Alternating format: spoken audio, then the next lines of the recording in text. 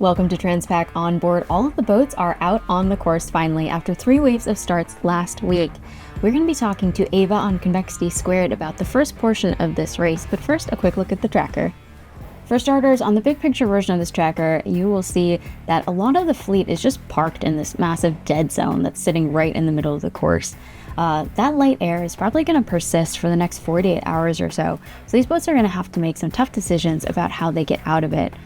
Some of the boats, like you can see Arcturus, as well as Rhiannon up to the north, have decided just to go straight up to try to get into some slightly better breeze before they come back over and head west again.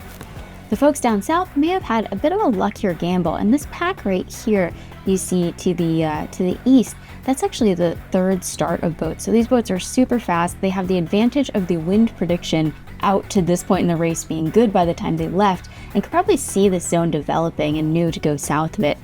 So they're probably not going to get quite as stuck as the starts that began before them. If we rewind the tracker a little bit, we can really see how clear those three fleets are and exactly where the divisions between them are. But at this time, the fleets are starting to converge, and over the next couple of days, we'll really see them mix together as those faster boats catch up with the slower boats on the approach to Hawaii. You'll also see 4 grayed out boats. Those are boats that are retiring from the race and heading back to shore or have already made it to shore. No one ever wants to retire from a race, but if you have to do it, doing it in the beginning before you are in the middle of the ocean and can't get to medical or technical help if you need it is the best way for that to go. Amongst those 4 retirings are 2 rudder problems aboard Vortices 2 and Good Energy, as well as the Andrew 68 Rock and Roll, aboard which we're hearing that a crew member had an impact injury from a fall. They are back on shore now, and that happened early enough that they were actually still in the pack with the other start 3 boats, and Ava and her team heard the mayday call, so she'll talk a little bit about that later. And finally, we have Ragtime, which is still making its way back to shore. This is such a difficult decision to make, to have to abandon a race. It is so hard on the team. There is so much prep that goes into a race like this. So our hearts really go out to all of these boats, and we hope to see them back in the Transpac. Still out on the course, though, are our 3 correspondent boats, Convexity Squared, Lucky, and Restless. Convexity Squared is sitting right in the middle of this dead zone. I think they're wishing they had a little bit more breeze right now. We'll talk to Ava in a minute about that. Lucky leading their fleet right now. They are currently first in the Bosun's Locker Yanmar division, and that's the fastest division in this race, so a super competitive fleet. And finally, we've got Restless that is leading their division in ORR monohull overall, as well as the Bridger Insurance Division 9. We'll have a quick update from Allie at the end of this episode, but first, a conversation with Ava about how her first offshore race is shaping up so far. Hi, Ava. How are you doing out there? It's great. Really beautiful day. I'm coming into the end of my shift and got to see a really beautiful sunset with some pink clouds. So, really great way to start off the day. Fabulous. Sounds gorgeous. So this is your first offshore race. Can you tell me a little bit about any observations you have, anything different from the normal kind of sailing that you're doing? Yeah, offshore is a lot more big picture and weather based. You're not seeing other boats for Yeah. majority of the race, which I think is also kind of blew my mind. Because even when you're doing like around the island or whatever in Newport, you always see people and there's someone close by, you know that there's help if you need it. But when Mhm. you're halfway to Hawaii, I mean, within 8 hours of our start, we could barely see other boats. So that was Yeah. definitely an adjustment for me to kind of let that feeling sink in of it's really just us out here. Yeah. Yeah, it's totally different. And I think the pacing, it's a good point you bring up because there are a lot fewer maneuvers, but you're working around the clock. And so it can be more exhausting in different ways, but you're not doing quite so much as you would be around the buoys. It's a good point. Um, you mentioned having some help out there. I understand that you guys were in the vicinity of one of the retired boats when they had to make the decision to head back. Can you tell us about that a little bit? Yeah, so it was our first day, I want to say um first or second day, and I was on watch and I was outside I was having a bit of a tough time myself.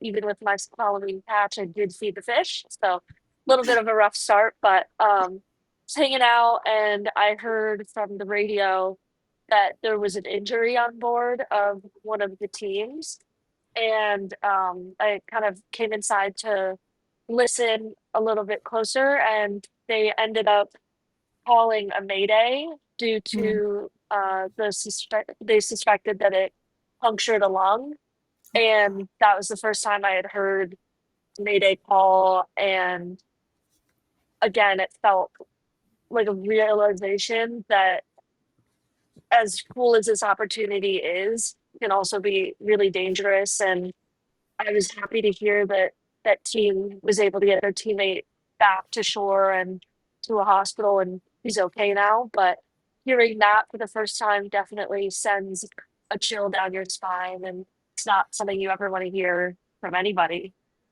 Yeah.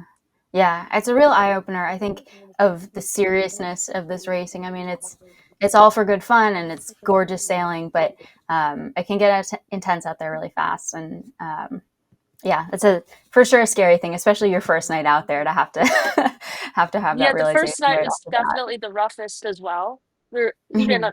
on our boat, we were getting thrown around a ton. So I was just thinking, like, if I'm having a hard time standing upright and making my way around the boat, Mhm. and I'm on a 68-foot catamaran, I can't imagine having a potentially punctured lung trying to just make it back as fast as you can. That must have been really horrifying. Yeah, yeah, for sure. I would say everything's been going pretty well. We did have one small incident where our main auto dumped, and then it Mhm. wasn't working from either home station. And it was a little bit of a 20-minute period of chaos of just trying to figure out where did it come from? What do we have to reset? How can we prevent this from happening again? Thankfully, we found the Mhm. solution. The problem was that we believe a wave hit probably some rope, and it hit the main dump button in the pit, Mhm. which Mhm. I watched all of yesterday get flooded with water. So it's not crazy to think that that would happen. And um, got it reset and everything. If necessary, we can disconnect that specific button so it doesn't Mhm. impact the rest of the systems. But yeah, I mean, we've got some really talented people on board that were able to handle it really quickly and without it being uh, that much of a notable incident. So that's good. Mhm. Can you just show us a quick pan around so we can get a sense of what the boat looks like? Yeah, for sure. Um, here's breakfast, homemade breakfast. Let's see. Here, I'll take you to the swimming pool. You want to say Wow, looks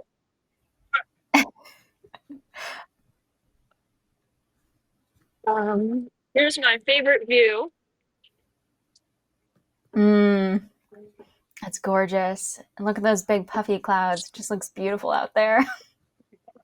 Yeah, and our navigator told me that it should open up a little bit, so we'll get to see the full moon and the stars at some point. So that'll be really Mm. cool. Here we've got some icons on the wheel. Say hello. Hi there. And anything else fun? Oh, we've got Ted. He's really excited, and you can tell by the fact he's already wearing his shirt. So, yeah, great stuff Fabulous. on board this morning. Yeah, it looks gorgeous out there. Well, I hope you stay in those gorgeous conditions. I hope you stay in the breeze. It's looking a little light out there. Um, so best of luck, and we'll talk to you again once you guys are in Hawaii, I believe. So it was great I'm to hear from you, excited. Ava. Thank you. Nice to hear from you too. It really seems like Ava is getting a chance to see everything that offshore racing has to offer right off the bat here. Also seeing a range of conditions is Allie aboard Restless. She sent us two clips, one from 2 days ago, one from yesterday. You can really get a sense of how fast the conditions change out there. All right, Restless, day 5, Chef on deck. Chef, how's it going? It's going awesome. It's blowing 18 directly behind us. It's probably about 80 degrees. Steven's driving. I'm on watch. Got the Eagles playing? Got the Eagles playing. Life is good. What's the current speed record? 11.4. Steven? I'm working on it. All This right. close. We just hit 11 a second ago. All right. Beautiful day out here. Beautiful Transpac day. Morning, Restless fans. It's the morning of July 6th, which Graham, I think, makes it our sixth day out here. End of our fifth, beginning of our sixth. Math checks. Good. Wind's gotten a little light. Crew's gotten a little punchy. So far, we've done remixes of both Jolene and the Itsy Bitsy Spider. So, you know, that's what you get out here in these light air days. Romping down the course pretty well still, though, I'd say. It's a new kite there. We've named it Grimace, after the milkshake stealing fiend. All in all, life is all right out here. Could use a few more knots of breeze. They are right at the edge of that big dead zone we saw on the Pasha Race Tracker earlier, so hopefully they're out of it soon, but it is really, really tough to just sit around and wait for the breeze and tweak everything on the boat to wring the last possible knot out of the little breeze that you have. So kudos to them, kudos to everyone who's sitting in the kind of frustrating middle of that dead zone right now. It's going to be a long couple days for some of these boats. We'll be back for an update later this week as those faster boats start their approach to Hawaii.